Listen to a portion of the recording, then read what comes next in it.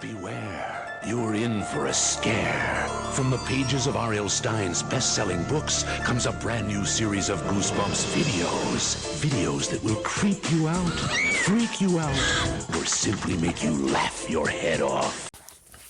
Hello, Goosebumps fans. It's time for another difference between episode and book of Attack of the Jack-O-Lanterns.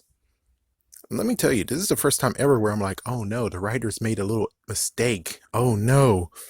It's either that or just the prop people screwed over the writers. Anyways, let's get on with the book. Thanks, Squidjib, for doing it. So here's what they had to say. Is that Drew Walker is her friend. Dark Stormy Night was his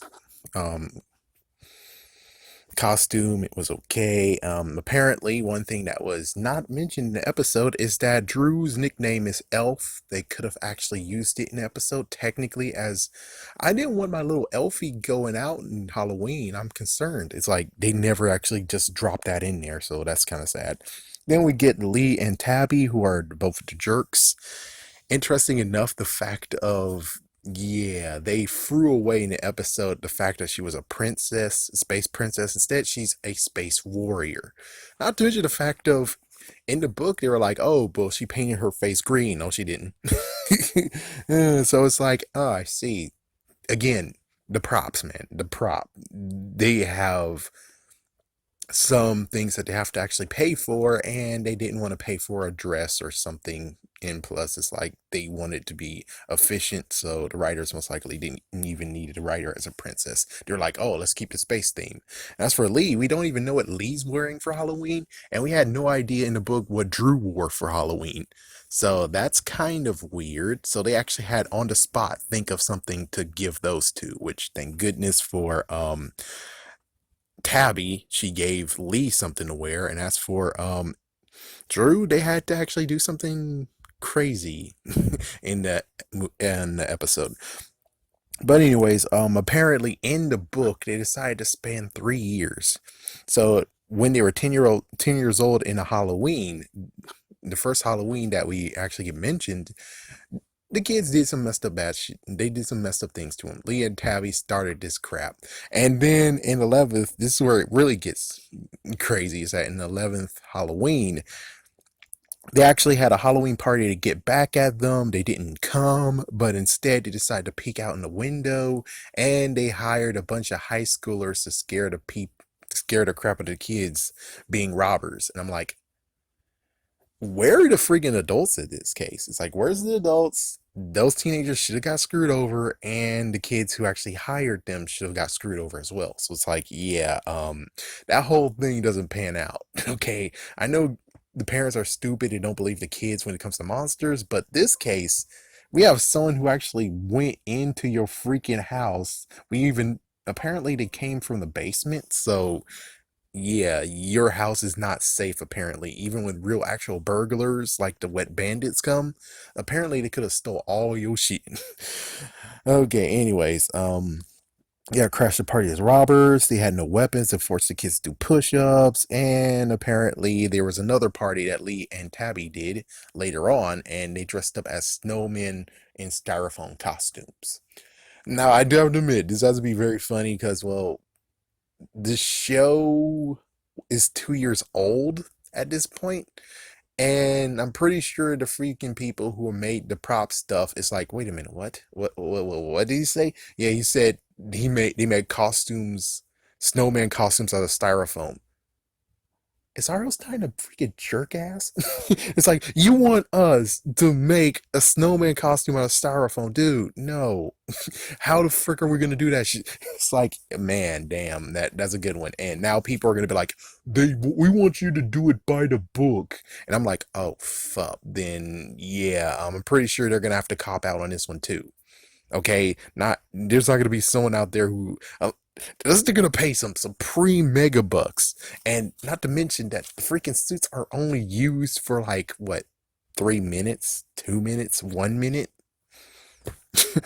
Yeah, they did a good idea to actually cut this part out, and I really hope that in the newer version, if they do choose this book to turn into episode again, they'll dodge this crap too.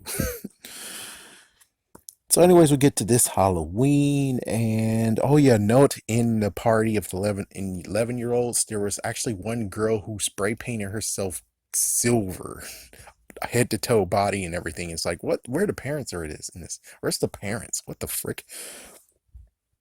Other hand, it might just not be spray painted. It could have just been she used makeup, and the parents actually put makeup all over her. So that might have been the thing that happened. Anyways, this Halloween, even though this is a freaking nightmare sequence, they go to a house of an old lady. Which, note, if you make this new version of this book, for the love of God, do the right thing and hire the old lady from Captain Marvel. Yes, hire that old lady and have people freak the shit out, being like, "Oh my God, she's a scroll! She's a freaking scroll!" I mean, come on, that is something you can't freaking dodge. That's freaking awesome. Well, anyways, she invited them in. Apparently, there's crying children. In the episode, the children are in chains. What the fuck? And her husband wanted to see him. His name is Forrest, not Forrest Gump, but yeah, no relation.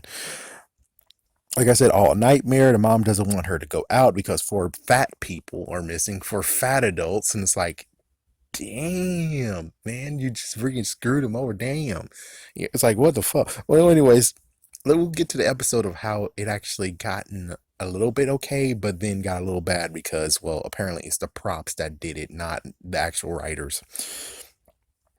So, anyways, they plot with the twins. So they all go trick or treating. The twins are missing. They found a new road to go to. Two pumpkin people showed up and they were in garbage bags as clothes. They lured the four, and apparently there's a guy with a pumpkin head who actually gave candy, and then Drew freaks out, and they're forced to trick or treat in quotations forever. And Drew actually first thought, hey, it's the twins, and then now she doesn't believe it's the twins. And well, apparently it continued. Now, this is where the sad part of where what Squidjib said is that it repeats itself for many times. Repeat, repeat, repeat, repeat, which is like, well, the people want it to be just like the book, so I guess we're gonna have to watch this repeating over and over again. And hopefully it might be montaged. Hopefully it'll be a montage. If not, then damn, you guys asked for it. It's like, this is one of the things where it's like, yeah, the fans, I'm sorry to be a jerk. It's like, no offense, but I'm pretty sure it's not a good idea that this book actually be straight into the book. The episode should not be the book incarnate this time around. It should not. This is like one of the ones that's like, oh crap, this should not be the thing. So anyways, the pumpkin people actually descend from the freaking sky, which, budgeting wise, that's why they didn't do it in an episode. Instead, they actually just showed the people have pumpkin masks and transforms instead of the whole, the pumpkin people are just coming down from the sky. They're descending, man. They're descending. Oh my gosh, do you hear that? Hey, that's a Chris Brown song.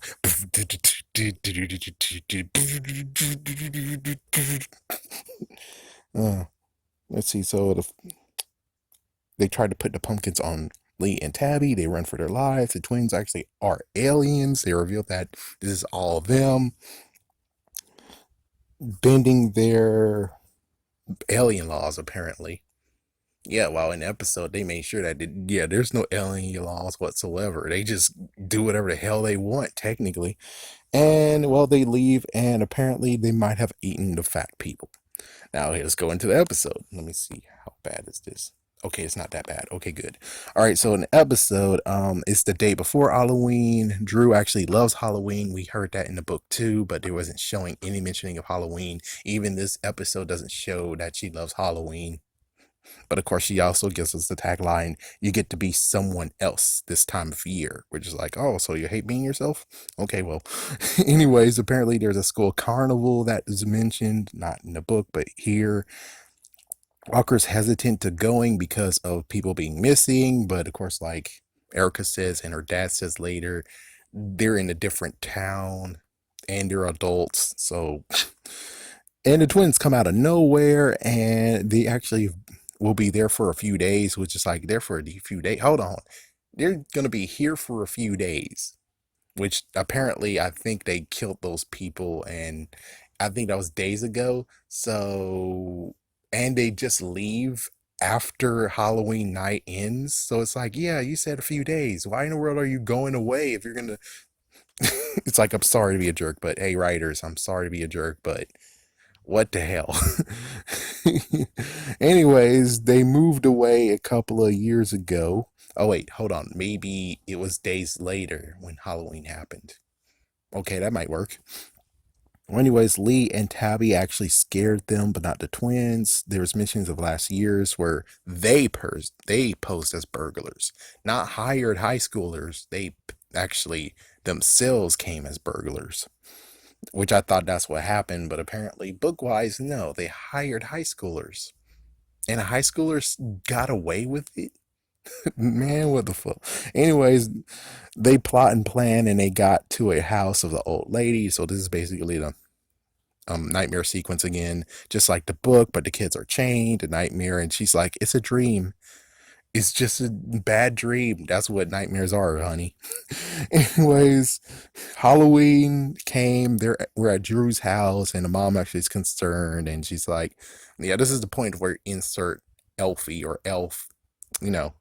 But anyways, the dad actually helps, saying, "Yeah, same thing I said. It was from another city, and there's people. We shouldn't be concerned about it." And the mom was like, after Walker comes in and gets Drew, I'm still concerned, and she's like, okay, if there's anything, please call me. And it's like, wait, hold on, this is 90s. How the frick is gonna call you? I'm pretty sure she doesn't even have pockets in that freaking outfit. So yeah, 90s, yes, you have payphones, but what the fuck? We don't have cell phones at this point. There's no cell phones at this point. So it's like, yeah, lady, what the hell are you, what you talking about? I bet she don't even have a beeper either. So it's like, yeah, what the fuck you talking about? You call if you need us. Like, what the fuck are you talking about? So she's gonna go to a neighbor, a freaking stranger, to use their phone in their house? You think that's actually safe? Okay, anyways. They meet up with Lee and Tabby, and as we can see from the newspaper article, it actually is not for fat people. They don't seem like fat people. At least two of them don't. So it's like, what the frick? But anyways, they go while the other two tease about the missing and stuff, and then the pumpkin people shows up, and they lure them into a new neighborhood, a better place. And let me tell you, those two don't break character at all. They never broke character in the book, so it makes sense that they don't break character here. And they get lots and lots of candy. And the pumpkin neighborhood, which have pumpkin people, they tried to leave, but of course the pumpkin people said, more houses, keep going. And Lee and Tabby eventually confronts them, and they take one of their heads off, and it's like, what the fuck? And apparently the pumpkin people actually can shoot beams out of their freaking damn claws. What? Whoa, that did not show up in the damn book. What the fuck? And of course, Squidjib didn't even mention that they just disintegrated a freaky damn pumpkin. Holy shit. So they trick or treat more, and then Tabby actually loses her candy because they pour it down because she said she has too much in her bag, and then Tabby freaks. They all run for it, and they're getting chased, and Tabby fell, and Lee loses a bit of candy off screen, apparently, because beforehand he had a big freaking pillowcase full. Now he has like at least 3/4 of it, or 4/5. So let's see. More intimidation. They try to put the pumpkin heads on them too, like in the book. They run for it, scared, and the twins eventually reveal themselves to Drew and Walker. Walker is hysterical, and well, lo and behold, they're aliens, and they show their actual alien faces, and they might have actually killed those people. And they said plump adults, and it's like, whoa, whoa, whoa, whoa. The freaking news article did not actually show that they're fat. I looked, it's like at least 2 out of the 4 weren't fat, and it's like, that's crazy. It wasn't even funnier as that they said, well, we'll be back again to feed next year, so don't eat all that candy because we don't want you to fatten. You don't want to fatten up because they're looking for fat people to eat, even though the news article does not actually show fat people. I think we really need to have maybe I'll try to do a screenshot later to actually see if, yeah, because they weren't fat people. They weren't freaking damn fat. They weren't fat. So anyways, yeah, Super Drew came out of nowhere and claw hands, which, I don't think that was bad. Squidjib thought it was bad. And I think that's about everything that needs to be mentioned here. So yeah, there we go. all in a nutshell. But you do have to actually question the fact of, oh my goodness, the people eating were fat. And it's like, oh, these days, do you think they're actually going to have fat people jokes in this? Anyways, have a scary day. Have a scary day.